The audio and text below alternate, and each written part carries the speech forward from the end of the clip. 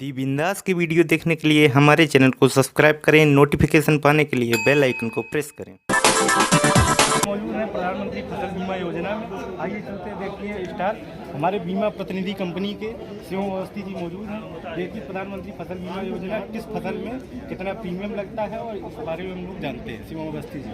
भाई साहब नमस्कार। देखिए ये जो हमारी योजना है, नाम है इसका प्रधानमंत्री फसल बीमा योजना। ये केंद्र सरकार की योजना है, जैसा कि आपको पता है। इसके लिए सबसे बड़ी ज़रूरत होती है, हम लोगों को पता होना चाहिए कि क्या पात्रता है। तो ऋणी कृषक गैर ऋणी कृषक दोनों लोग करा सकते हैं ये फसल बीमा, और ये फसल का बीमा होता है, ना कि खेत का बीमा होता है। अब ये अगर ऋणी कृषक गैर ऋणी कृषक, तो ऋणी कृषक जो है तो उनका तो रिकॉर्ड आपके बैंक में दर्ज ही होता है, और जो गैर ऋणी कृषक हैं वो जन सेवा केंद्र के माध्यम से करा सकते हैं। अब इसके लिए पात्रता के लिए आवश्यक दस्तावेज क्या होंगे?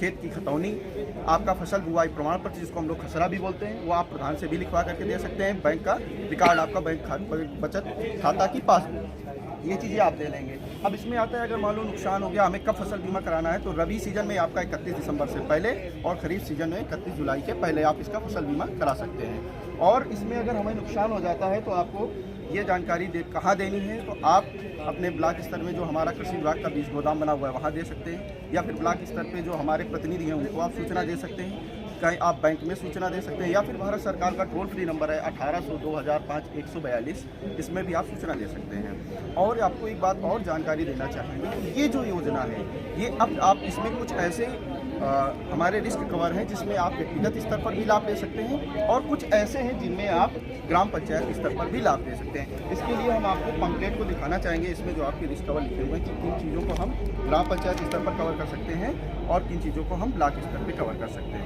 धन्यवाद। नमस्कार मित्रों, आपने अभी तक जो है यात्रा जो हमने प्रारंभ करवाई थी किसान मेले की, उसके अंत में एक हमने सोचा कि काफ़ी सारे किसान भाइयों को पीएम किसान के बारे में जानकारी देने के लिए एक बोनस सेक्शन ऐड किया जाए। तो उसके लिए हम आ चुके हैं किसी किसान मेला में, जहां पर शिव सिंह सर हैं जो पूरे जनपद के पीएम किसान के तकनीकी प्रभारी भी हैं। आइए इनसे कुछ जानकारी लेते हैं और जानने की कोशिश करते हैं कि आखिर एक किसान जो है वो कैसे पीएम किसान के लिए आवेदन करे, क्या पात्रता होनी चाहिए। सर, सबसे पहले हमें जनसेवा केंद्र या स्वयं मोबाइल से भी पंजीकरण कर सकते हैं। उसके लिए pmkisan.gov.in साइट खोलेंगे, उसमें न्यू फार्मर रजिस्ट्रेशन ऑप्शन होता है, उस ऑप्शन पे जाकर के स्वयं किसान पंजीकरण कर सकता है। इसके लिए आधार कार्ड और उसमें मोबाइल लिंक हो आधार में, तभी आप पंजीकरण कर सकते हैं। या अगर आधार में मोबाइल लिंक नहीं है तो CSC सेंटर पे जाकर के अपना पंजीकरण करा सकते हैं। पंजीकरण कराने के बाद तहसील लॉगिन पे डेटा चला जाता है आपका। तहसील में लेखपाल के माध्यम से अप्रूव कराना होता है। जब तहसील से अप्रूव डेटा हो जाएगा उसके बाद में डिप्टी डायरेक्टर लॉगिन पे आएगा डेटा। यहाँ पे आने के बाद डेटा की प्रिंट निकाल के हमारे समस्त फील्ड कर्मचारियों को डेटा दे दिया जाता है क्षेत्र वाइज। वो किसान से कांटेक्ट करके उनसे डॉक्यूमेंट में आधार और खतौनी और एक घोषणा पत्र होता है जिसमें लेखपाल के केवल ओनली साइन होते हैं, और वो ले लिया जाएगा। और उसमें ये देखा जाएगा कि आपके पिताजी को पहले पीएम किसान सम्मान निधि तो नहीं मिल रही थी। अगर घर में किसी को पहले मिल रही थी तो उसका स्टॉप किया जाता है। अगर उसके में रुपया गया है मृतक के बाद तो फिर उसकी रिकवरी होगी और उसके बाद में अप्रूव किया जाएगा। नहीं है तो ऐसे ही अप्रूव कर दिया जाएगा। अच्छा सर, एक चीज़ जो हमारे किसान भाई हमेशा जानने के लिए प्रयासरत रहते हैं कि कौन कौन से वो दस्तावेज हैं जिसको वो लेकर जनसेवा केंद्र में जाएं, क्योंकि जनसेवा केंद्र वाले कभी कभी कई अन्य अननेसेसरी दस्तावेजों का भी जिक्र करते हैं। तो सर एक बार उसको क्लियर करें। इसके लिए केवल आधार कार्ड, बैंक पासबुक अब नहीं लगती है, अब आधार कार्ड और केवल खतौनी 2 चीज़ें लगेंगी। और राशन कार्ड अगर है तब भी चल जाएगा, नहीं है तब भी ले लेगा।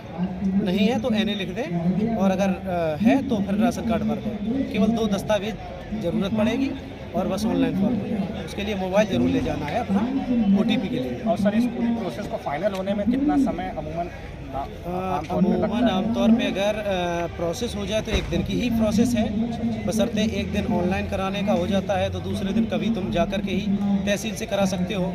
अगर नहीं कराते हो तो फिर तहसील वाले अपने शेड्यूल में जब भी अपना प्रिंट निकाल के लेखपालों को दे सत्यापन कराएं, है ना।